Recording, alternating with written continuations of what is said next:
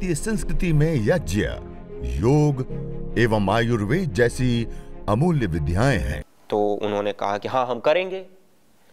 तो इन्होंने जो हमने जड़ी बूटियाँ कुछ छाट करके दिया कि वही जड़ी बूटियाँ उनको दी और उनको सारा सामान दिया और सिखा दिया कि ऐसे ऐसे आपको करना है और उसमें रहना है और जितना हो सके उसमें लंबे गहरे श्वास लो, अनुलोम विलोम करो, वो वायु वो धुआं आपके अंदर ज़्यादा से ज़्यादा जाए, वो प्रक्रिया आपको प्रारंभ करनी है। वो करना उन्होंने शुरू कर दिया। पहले तो यज्ञ किया, यज्ञ में जो श्वासामृत आदि हवन सामग्री है उसका प्रयोग किया और ये गुग्गुल आदि जो विशेष औषधियां हैं, हवन करने के बाद वो गुग्गुल आदि औषधियां अंगारों के ऊपर डाली और उसकी जो मंद मंद सी धुनी उठती है वो धुनी लेना शुरू किया।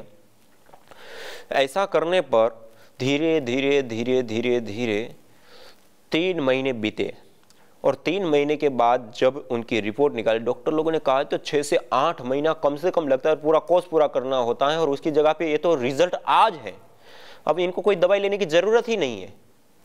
उनकी फाइल बंद कर दी डॉक्टर ने 3 महीने के अंदर। और हमने भी यहाँ पर जो ये यक्ष्मा हवन सामग्री है, श्वासामृत हवन सामग्री, इसका परीक्षण लेबोरेटरी वर्क करके भी हमने यह सिद्ध किया है कि इसमें जो जड़ी बूटियाँ डाली जाती हैं उन जड़ी बूटियों का धूम्र करके देने पर यह जो यक्ष्मा हवन सामग्री है उसकी धुनी देने पर वह रोग उनका शांत हो गया, दूर हो गया।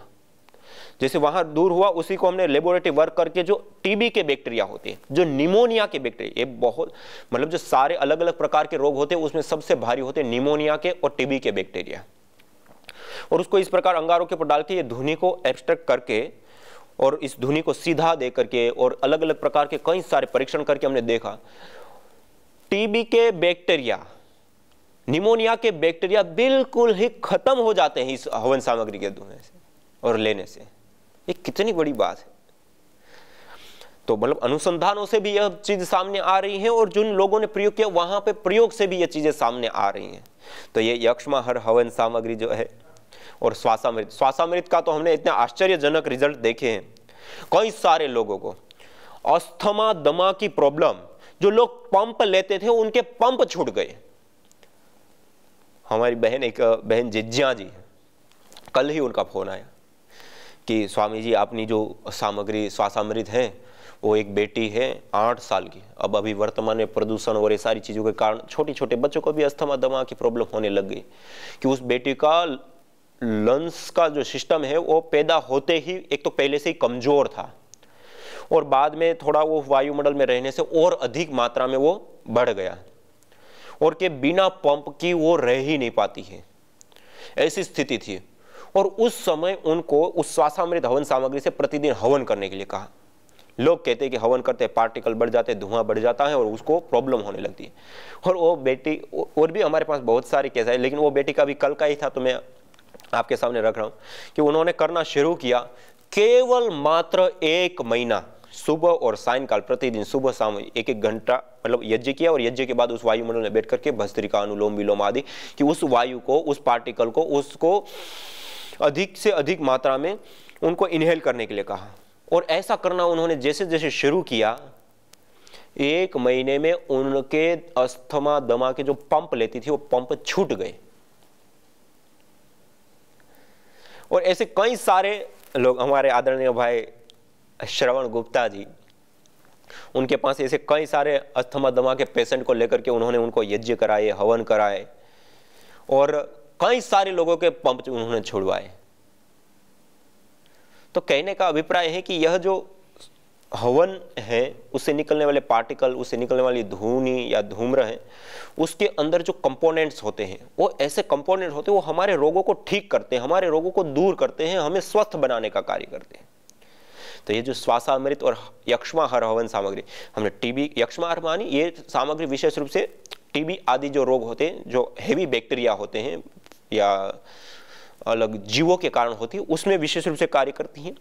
श्वासामृत जो हवन सामग्री है वो जो दमा की प्रॉब्लम होती है, एक होती है कम्युनिकेबल डिजीज, एक होती है नॉन कम्युनिकेबल डिजीज, और दोनों प्रकार की डिजीज के लिए अलग अलग हवन सामग्री का प्रयोग होता है और अलग अलग उसके लाभ और वो प्राप्त होते हैं। और यह एक हमने बनाया है यह विषग्न धूप, यह सुश्रुत संहिता का एक विशेष नुस्खा है। धूमे अनिले वा विष संयुक्ते खगाः समार्ता प्रपवन्ति भूमौ, अर्थात वायु के धूम्र से युक्त हो जाने पर, वायु अशुद्ध हो जाने पर, वायु में जहरीलापन फैल जाने के बाद, अर्थात वायु प्रदूषित हो जाने पर जो खगा अर्थात पक्षी उड़ते हैं, उड़ते उड़ते ही गिर पड़ते हैं, गले में लोगों को खराश होने लगती है, जलन होने लगती है, नासिका में सूखापन आने लगता है, जलन होने लगती है, सिर दर्द भारीपन होने लगता है, दम घुटने लगता है, अर्थात ये सारे, अभी हम वर्तमान के परिप्रेक्ष्य में देखें तो ये सारे लक्षण कहां घटते हैं? जब अधिक प्रदूषण हो जाता है तो इसी प्रकार का उपद्रव होते हैं, समस्याएं होने लगती हैं। तो ऐसी चीज होती है जब वायु विकार के कारण, तो उस समय एक कुछ विशेष औषधियों का जो सम्मिश्रण है, इसमें लाख है, हल्दी है, अतीस, हरड़, मोथा, निर्गुंडी, इलायची, तमालपत्र, तगर, पुष्कर मूल अथवा कूठ और प्रियंगु, ये कुछ विशेष औषधियां हैं। उन औषधियों का चूर्ण बना करके गाय के घृत के साथ अंगारों के ऊपर डालें और हवन के रूप में जलाए भी, और उससे जो धूम्र निकलता है उसको वायुमंडल में फैलाने पर वह उपद्रव शांत हो जाते हैं, दूर हो जाते हैं, नष्ट हो जाते हैं। अर्थात वर्तमान की जो वायु प्रदूषण की हम सबसे बड़ी हमारे सामने जो आज समस्या है, उस समस्या से बचने के लिए, उससे होने वाले जो उपद्रव है, उन उपद्रवों को ठीक करने के लिए आयुर्वेद में सुश्रुत संहिता के अंदर यह नुस्खा विशेष रूप से बताया गया है। ये 16-17 सूत्र कल्प स्थान में 16 और 17 नंबर सूत्र के अंदर विशेष रूप से बताया गया है। तो हमने वो सभी प्रोडक्ट में हमने पूरा जिन शास्त्रों से जो चीज़ें ली हैं उन श्लोकों के साथ, सूत्रों के साथ, मंत्रों के साथ ही उसको उसके साथ ऐड करने का, उसको उसमें सम्मिलित करने का प्रयास किया है। तो आप सभी लोग इन हवन सामग्रियों का भी अपने घर पे इनका प्रयोग कर सकते हैं और विशेष लाभ उठा सकते। वैसे ये अपने सभी स्टोर के ऊपर अभी तुरंत उपलब्ध नहीं है, यह अभी कुछ ऑनलाइन हमने कुछ एक नंबर आदि उपलब्ध रखे हैं, तो आप लोग उसको नोट कर सकते हैं, क्योंकि ये सब जगह पे उपलब्ध नहीं है। आप उस नंबर के ऊपर संपर्क करके और इन सामान को, अर्थात पतंजलि योगपीठ से जो अभी हमने कुछ अनुसंधान करके या जो लोग परीक्षण करके या अनुभव से या हमारे शास्त्रों में जो बातें बताई हैं या जिन लोगों ने पहले अनुभव किए, उनके माध्यम से जो हमें ज्ञान प्राप्त हुआ और उसका जो हमने परीक्षण किया, उसके आधार पे कुछ हवन सामग्रियां, अलग अलग रोगों के अनुसार हवन सामग्रियां, करीब 14 से 15 हवन सामग्रियां, और यह काव डंग स्टिक, गाय के गोबर से बनी हुई संविधाएं, ये तो अभी हम कुछ समय में ही पतंजलि आस्था पूजा की ओर से सभी स्टोर के ऊपर उपलब्ध करा पाएंगे। और जो भी ऑनलाइन मंगाना चाहे तो अपने घर पे सीधा आप मंगा सकते हैं। इस नंबर के ऊपर कांटेक्ट करके, संपर्क करके सीधा अपने घर पे मंगा सकते हैं। आप नंबर नोट कर सकते हैं 79777874717। एक दूसरा नंबर में लिखा रहा हूं, दूसरा नंबर भी आप नोट कर सकते हैं 9870977399। ये दो नंबर को आप नोट कर सकते हैं, लिख सकते हैं। और कोई भी यज्ञ से संबंधित परामर्श, कोई आपको रोग विशेष है, कैसे करना है, क्या करना है, तो उसका परामर्श आप लेना चाहते हैं, या किसी भी प्रकार का कोई पतंजलि योगपीठ से उपलब्ध सामग्री आदि प्राप्त करना चाहते हैं, या जिस हवन कुंड में मैं हवन करा रहा हूं, ऐसे छोटा सा हवन कुंड अपने घर के हिसाब से तांबे का हो तो सबसे श्रेष्ठ होता है, तो हमने तांबे का हवन कुंड, और ये जो सामग्री रखने के लिए प्लेट है, घीत के लिए विशेष चम्मच और पात्र है, कलश है, लोटा है, आचमन पात्र है, दीपक है, ये सारे जो कुछ ऐसी सामग्री हैं जो हवन के लिए आवश्यक होती है। अब व्यक्ति जब प्रेरित होता है, उनको समस्या है, तो हवन तो करना चाहता है। अब सारी चीजें इतनी उपलब्ध नहीं होती, बाजार में जाए तब भी ये उपलब्ध नहीं होती एक साथ एक जगह पे, ये सामग्रियां उपलब्ध नहीं होती, तो बहुत सारी समस्या आती थी लोगों की कि कुछ करिए। तो अभी पतंजलि योगपीठ परम पूज्य श्रद्धेय स्वामी जी महाराज और परम पूज्य श्रद्धेय आचार्य श्री के आशीर्वाद से आज यह कार्य भी संपन्न हो चुका है। लेकिन अभी ओपन मार्केट में इस प्रकार से हम खाली अभी, क्योंकि कोरोना काल चल रहा है और थोड़ी व्यवधान के कारण, आप सीधा कुरियर करके अपने घर पे इस नंबर के ऊपर आप मंगा सकते हैं। और इससे अतिरिक्त उन नंबरों के ऊपर आप संपर्क करके उसका परामर्श आदि भी आप प्राप्त कर सकते हैं। तो मैं आपके सामने बता रहा था और रख रहा था कि हम जिस जीवन को जी रहे हैं उस जीवन को सुंदर बनाने के लिए, उस जीवन को सुव्यवस्थित करने के लिए हमें आवश्यक मानसिक शांति की भी होती है, हमें आवश्यकता प्रकृति की अनुकूलता की भी होती है। अर्थात प्रकृति शुद्ध हो, वायु शुद्ध हो, जल हमारा शुद्ध हो, पर्यावरण हमारा शुद्ध हो, और उसके साथ साथ जिस अन्न आदि को हम ले रहे हैं, सब्जी आदि लेते वो भी शुद्ध हो, पवित्र हो।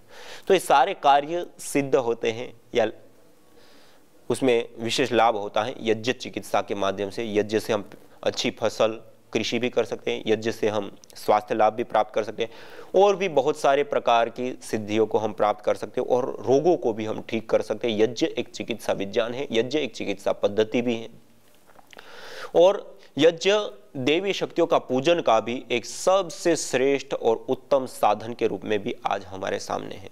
इसलिए इन सारी चीज़ों को हम ध्यान में रखते हुए इस यज्ञ चिकित्सा को जो हम पिछले 3 दिनों से आपके सामने रख रहे हैं, तो हम इसको भी समझे, जाने और अपने जीवन में उतारे और धारण करें, और वर्तमान की जो समस्याएं हैं उन समस्याओं से बचें। और भी इसके विषय में बहुत सारा ज्ञान विज्ञान आदि सारी चीज़ें तो आप YouTube चैनल के ऊपर जा करके या वैदिक टीवी चैनल के ऊपर भी आप सब लोग देख सकते हैं। और निरंतरता के साथ यह गंगा यहाँ से प्रवाहित रहती है, और आने वाले समय में पतंजलि योगपीठ से इस यज्ञ के क्षेत्र में, जिसे आज एक योग के क्षेत्र में कार्य हुआ है, आयुर्वेद के क्षेत्र में, स्वदेशी के क्षेत्र में कार्य हुआ है, इसी प्रकार शिक्षा और यज्ञ के क्षेत्र में भी एक बहुत बड़ा कार्य करने के लिए आज पतंजलि योगपीठ कटिबद्ध है और तैयारी कर रहा है और उस कार्यों को संपन्न कर रहा है। तो बहुत कम काल में ही यज्ञ एक चिकित्सा के रूप में भी हमें देखने को मिलेगा, और उससे जो भयंकर और दुस्साध्य असाध्य बीमारियां जिसको कहते हैं वह भी ठीक होती हुई हमें नजर आएगी और ठीक होगी और हो रही है। बस हमें घर घर तक, जन जन तक हम सब लोगों को पहुंचाना है। इसी के साथ मैं अपने वाणी को विराम देते हुए मैं आप सभी भाई बहनों को नमन वंदन प्रणाम करते हुए, और पूज्य स्वामी आनंद देव जी महाराज का विशेष आग्रह था कि आज हम विशेष रूप से, क्योंकि 3 दिन से चला तो बस बहुत लोगों के मन में क्वेश्चन प्रश्न होंगे, तो आज हम आप सभी भाई बहनों के जो प्रश्न हैं उन प्रश्नों को हम लेंगे और शंका समाधान के रूप में हम प्रयास करेंगे उन प्रश्नों का उत्तर देने के लिए। तो अब आपका जो भी प्रश्न है आप अपना प्रश्न रख सकते हैं। ओम स्वामी जी। जी स्वामी जी, वो जो अभी आपने दिखाया हमें गर्भवती महिलाओं के लिए वगैरह, तो पीसीओडी के लिए भी हम यूज कर सकते हैं क्या? जी जी।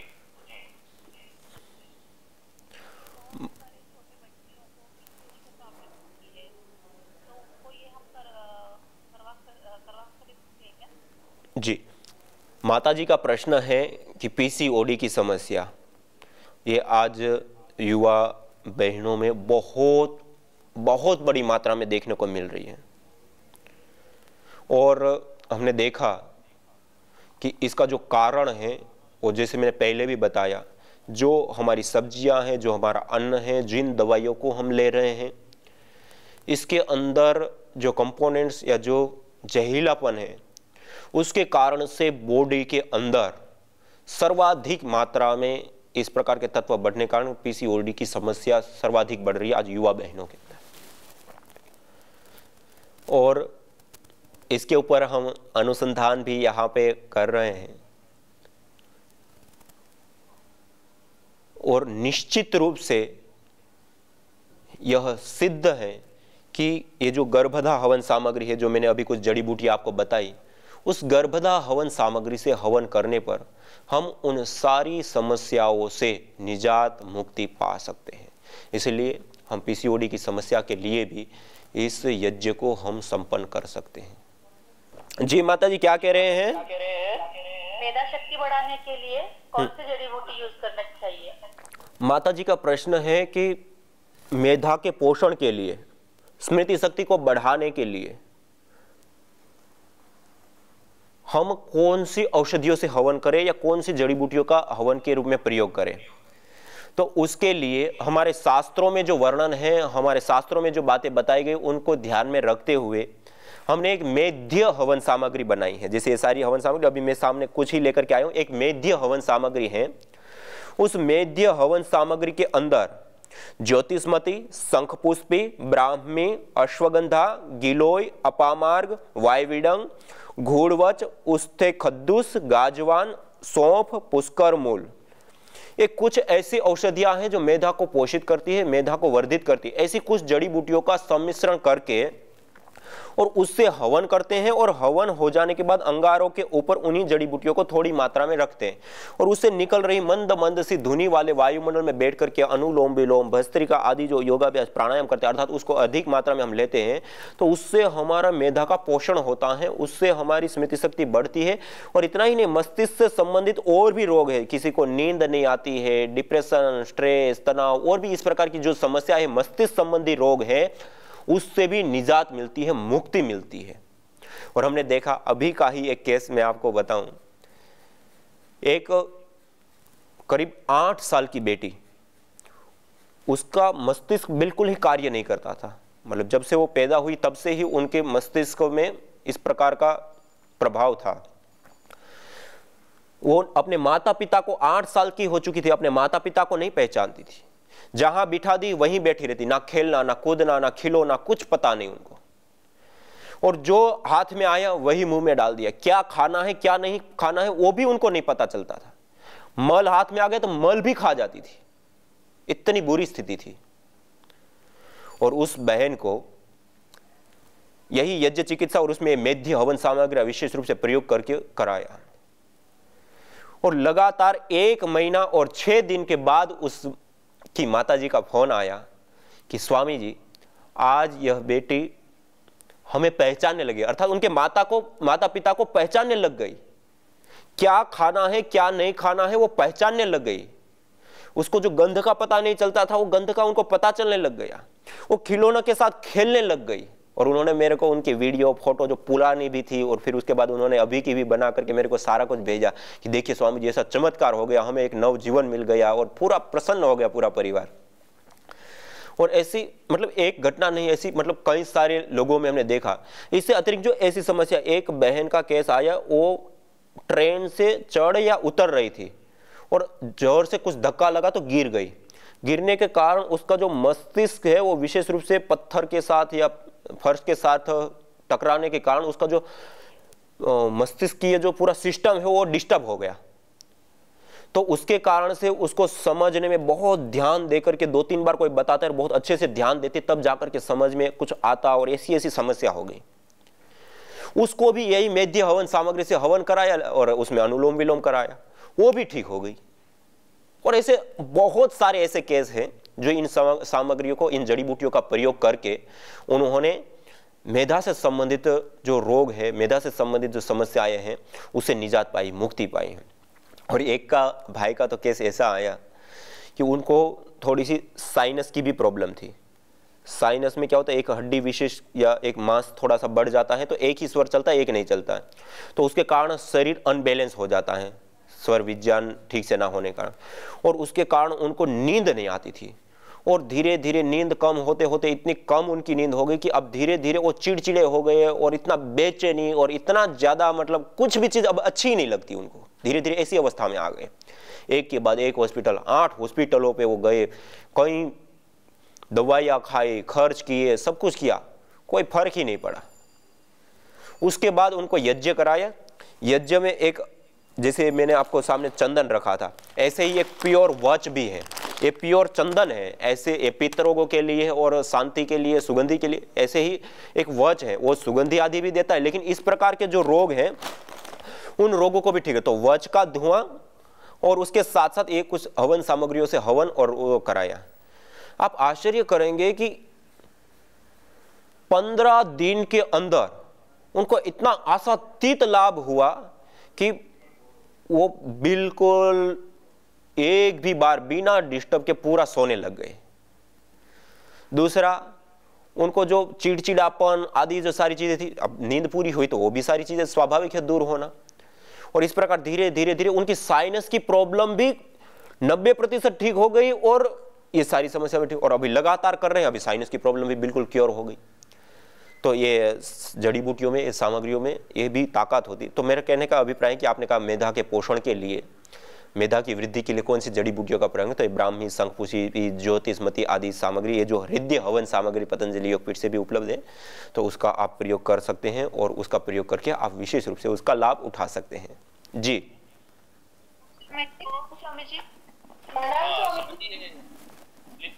और कमर दर्द और हाथ पैर में दर्द और कमजोरी के लिए कौन सा यज्ञ करना चाहिए? पूरे बदन में दर्द, कमजोरी है, काम करने की क्षमता नहीं होती है।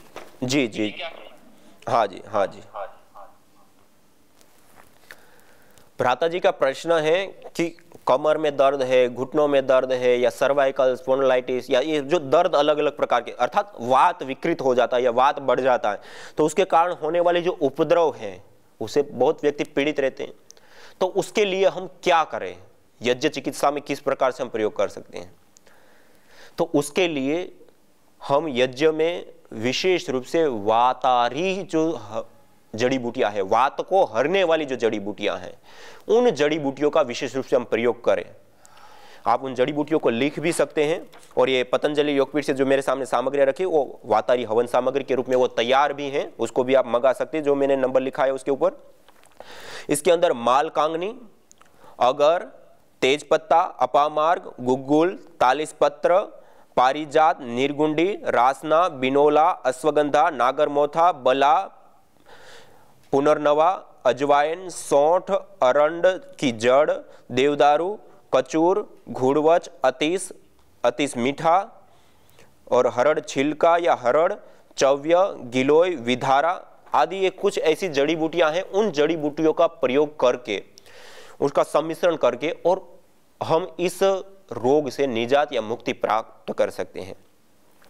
और हमने जब पहले तो लोगों को ऐसे ही बताते थे कि ये जड़ी बूटियां खरीद लो और इसमें से जो मिल जाए उसका सम्मिश्रण करके करो, तो कई सारे ऐसे को, जैसे पैरालिसिस, पार्किंसन से लेकर के सर्वाइकल स्पॉन्डिलाइटिस से लेकर के अलग अलग प्रकार के जो इस प्रकार के रोग हैं। और एक डॉक्टर तारा सिंह जी मुंबई मीरा रोड पे रहते हैं, करीब 25 साल से यज्ञ चिकित्सा कराते हैं, और इस प्रकार के वातज रोगों में इतना अद्भुत, मतलब अन्य रोगों में तो मिलता ही है, उसका भी अपने अद्भुत लाभ, लेकिन वात रोगों में भी सबसे ज्यादा लाभ प्राप्त होता है यज्ञ चिकित्सा से, और तात्कालिक।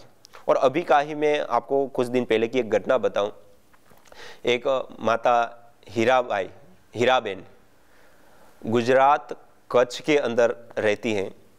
वो माता जी को करीब 12 सालों से कमर में और घुटनों में दर्द था, और इतनी पीड़ित और समस्या से युक्त थी। उस माता जी को कहा, उन्होंने मतलब समस्या बताई, तो मैंने कहा कि आप गाय के घृत की जगह पर तिल का शुद्ध तेल लीजिए।